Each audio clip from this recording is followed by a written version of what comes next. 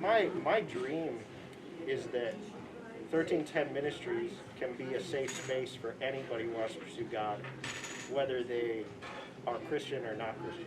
Anybody who has questions or wants to explore together. That's part of what I love about the stories. The stories help people feel connected to other people. You know, when we share stories with people, it brings them in. It brings them into our lives. And when they share stories with us, it brings us into their lives. And when we can share our stories together with each other, then we can start to journey together in whatever it is we're looking for. In my real life, I was an actress. I worked on Broadway for a while, and I worked all the soap operas except The Young and the Restless. That's the only one that I never did. It's still paying off. I'm still getting residuals, and that's very helpful, although they don't mean much after 40, 50 years. I started as a dancer when I was young, and I can't dance anymore, but I'm getting around with a cart. I'm 91, and uh, I've lived longer than anyone in my family. I can only tell you that I had a wonderful time uh, on on camera and on stage. My favorite was stage work, and I studied in New York. I took probably every course that there was in theater and speech, and I really enjoyed it. And then when I started working, um, I was so fortunate. I got my first job through a fluke. Um, I went to a meeting of producers and casting directors, and when I sat down at a table with one, she said, "Don't tell me your name. I know who you are. You're Hariet Miller. Please stop sending me pictures and postcards and letters." She said, "Please." I said, I'll make a deal with you. If you'll cast me in something or give me a chance to even try to get cast, I'll stop sending you everything." So she said, "That's a deal." And she called me a week later and set up a casting session. And they gave me a part to play, and I did, and they cast me in it. And that was the very first job that I had on television. And if I remember, the name of the show was As the World Turns. And from then on, I was very fortunate to get cast in almost every soap, and I really enjoyed it. And but as I said before, I I mostly enjoyed stage work. I loved working with an audience, and it was really thrilling. Um, I'm sorry that I don't have it anymore because I can't memorize anymore. So that's part of being 91. But not everybody at 91 is like that. Uh, I wish I could tell you more. I had two children.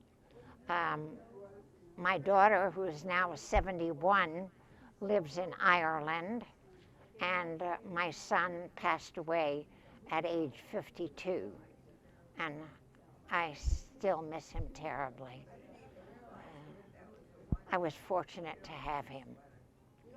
Uh, I wish I could tell you more about myself, but I'm just not that interesting.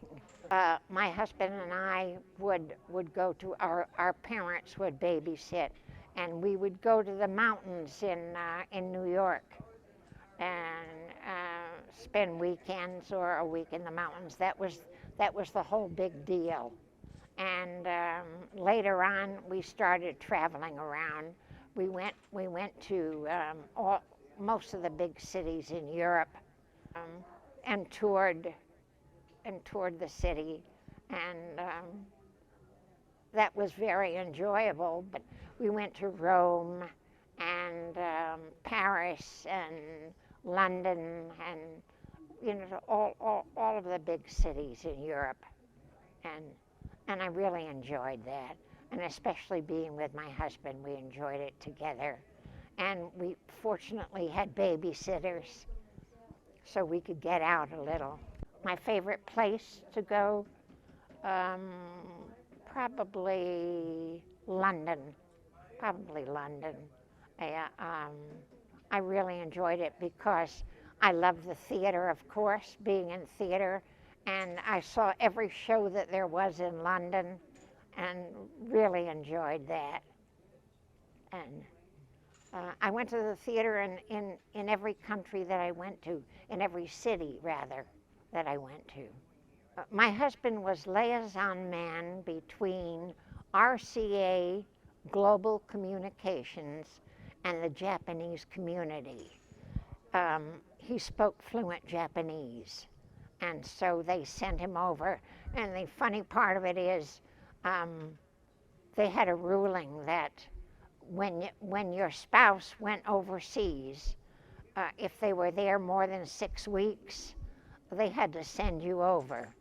They always sent him home one day before the 6 weeks was up.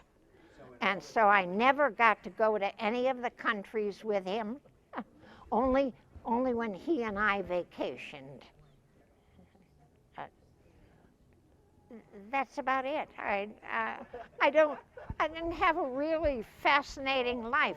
The most fascinating part was being on stage, doing stage plays. I loved it. I just loved being in show business. I knew at age 5 that I wanted to be on stage, and of course I forced myself into every show that there was in school. You know what? Your mom used to iron, and you would sit and watch the soaps with her. Yes, we all did that. Yes, yeah.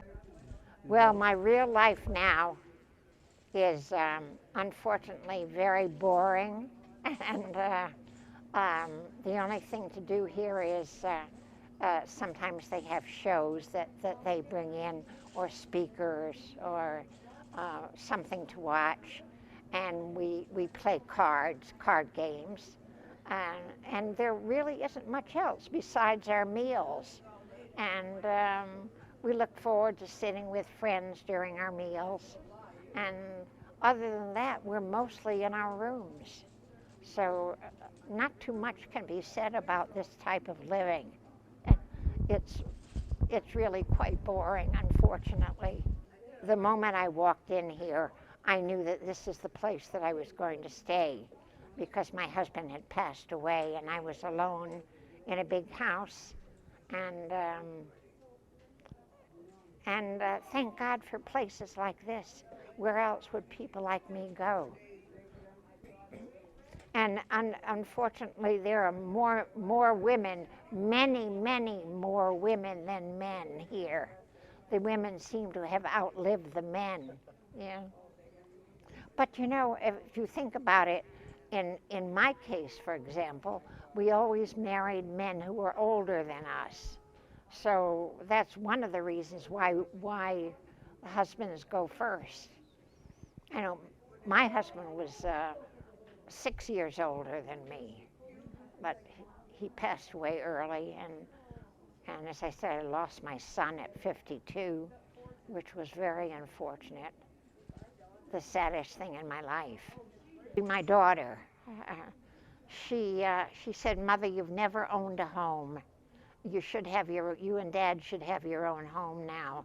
So we bought a home.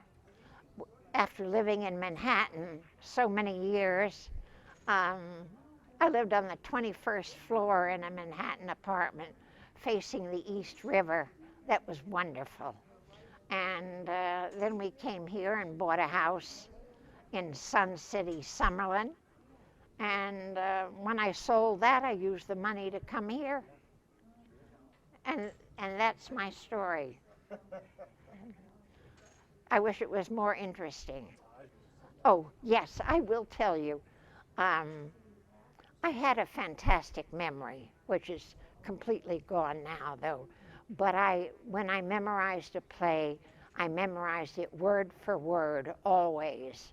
And the one time that I remember ever making an error is I was supposed to say to my partner, we were nose to nose, and I said to him, I was supposed to say, I remember when you held my back behind the house. But instead I said, and the audience roared, I remember when you held my behind in back of the house. That was my one big boo-boo on stage. And, and that's really my story. I'm just grateful for having been on the stage, for having been an actress on television and stage. And it made a wonderful life for me. But that's really it.